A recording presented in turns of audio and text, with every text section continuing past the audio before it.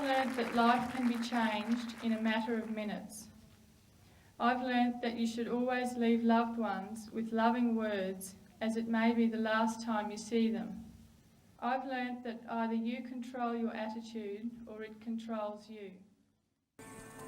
We moved to Cantor Park about 2.5 years ago. It's owned by my dad and my sister's company. Gail Shan, this competitor. Gail Shan. Alrighty, Jackson. Get him out. Yeah, we'll keep pushing the bastard. Gail Shan, out on course. She's always been very competitive. I mean, she's one of the most aggressive lady riders around, I suppose you'd say. She's there to win and there to take home as many ribbons as she can. Go, Gail!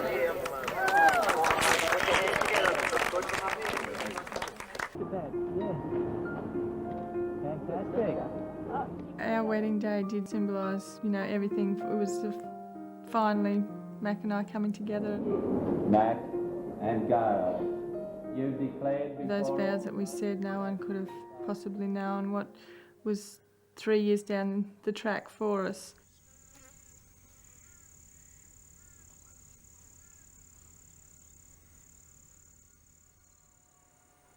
The accident happened just after 7 o'clock in the morning when we first started work that day, but that whole day is gone from my memory. I don't remember getting up and even having breakfast. So I have absolutely no memories of that day.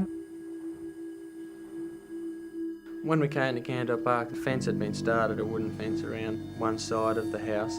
So we decided to pull it out and put a steel fence in. We were planning on doing it ages ago, and then we eventually got Adam Griffin to come over and give us a hand. We dropped the auger on the hole and started digging, and Gail started shoveling away, and she realised she couldn't really stand up on the garden bed and shovel, so Gail went round to the driver's side, I suppose you'd say, of the tractor. The machine that Gail got caught in was a post hole digger driven by a PDO shaft off the back of a tractor. Quite a few people think Gail must have caught in the actual auger that digs the hole, but it was actually the shaft that runs the auger, which spins a lot quicker and is by far the most dangerous part of it. 1 minute she was there, and next minute she was getting thrown around, making a dreadful noise. The back of Gail's glove got caught in a release pin and dragged Gail in. So I immediately put my foot on the clutch, which stopped the shaft. And then I turned the machine off, and Adam Griffin was right just in front of me welding, and he heard nothing of it. I ran over to him, sort of hysterically, sort of yelling out to him. I would have hated to be in his shoes that day, because I'd imagine that he was sort of, at the time, sort of half blaming himself because he was operating the bloody thing. And she had a terrible sort of blood coming from her head, and she was hanging by her arms. And I mean, she looked as dead as you could get, and I raced inside and I rang the ambulance. Ambulance, what's the location of your emergency? Yes, I'm on a property at Moranbah. It's Cantor Park, and we're in desperate need of an ambulance. Okay, what's the problem out there? My wife's been caught in a post hole digger, and she's very, very badly injured. Okay. We may need a helicopter, like we're an hour out of Moranbah. If you can find out what parts of the body are affected, how she's going. Her arm's just absolutely smashed, and I don't even know that she's alive. Okay, mate. Well, I could really throw her around. I saw Gail entangled in the PDO shaft. Took her out of the shaft and carried her inside and put her on the bed.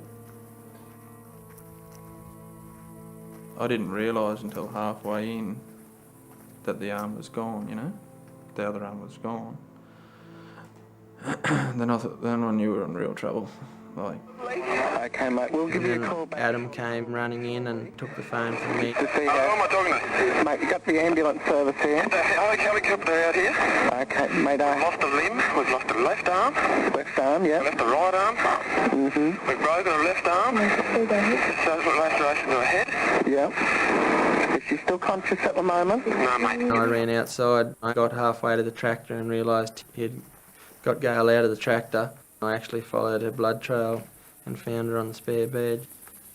She was just moaning, what happened? Mac, help me, I'm in so much pain. While I was on the phone, Mac he was in there talking to her, and Gail kept saying that she wanted to put her arms down by her side. And I lifted up the blanket and I had no idea that Gail's right arm was missing, and there was just a massive big sort of black hole in her side, and that was very, very hard to deal with. We've got someone on the way. Chopper out here now. Mate, I told that ambulance bloke if he didn't get here in 20 minutes, she'd be dead. She'll be dead in I got the arm and took it out of its clothing, and it wasn't in a real good state. It would have been a miracle if they got it back on. And put it in the freezer. I was the medical officer on duty for the Royal Flying Doctor Service in Rockhampton. We weren't sure if we'd be able to land on the property.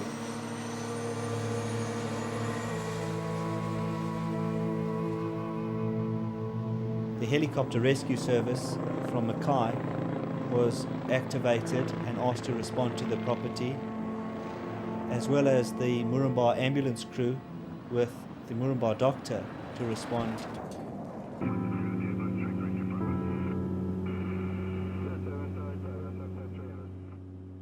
First of all, they told me that I'd lost my arm, and all I could think of straight away was, okay, can I ride with one arm? Yes, I can. I know people that do.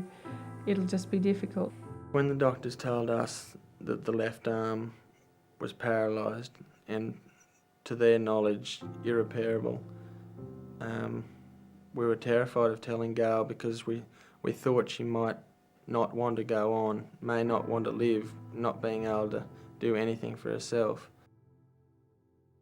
I think it was worse to know that the other arm wasn't working. I mean, you know, you look there and you think, well, at least I've still got one arm. And initially we were thinking, you know, well, Gail's left-handed, so it's a blessing that her left arm is the one that was left. But, you know, it all became 10 times worse when we knew that that arm didn't work. I guess, yes, at one point I definitely did think, would I be better off dead? It just seems unfair, I suppose, that a person like Gail has been dealt this kind of trauma that's going to affect her life forever.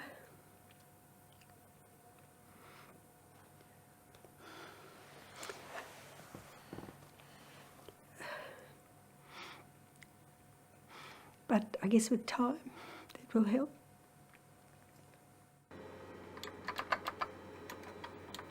Gail has shown all of us, I think, that she has the strength to cope with anything that's dealt to her. Are you going to take it? Yes, I will. I think I've been born and bred the way I have to be able to take it. A woman is like a tea bag. It's not until you put her in hot water that you know how strong she is. And although we mightn't like to be referred to as tea bags, I think what it says is very true. The handles are like normal push-up. I'm getting so much better now that I am able to do more and more each week. We're getting back to the stages now that we are able to do things together.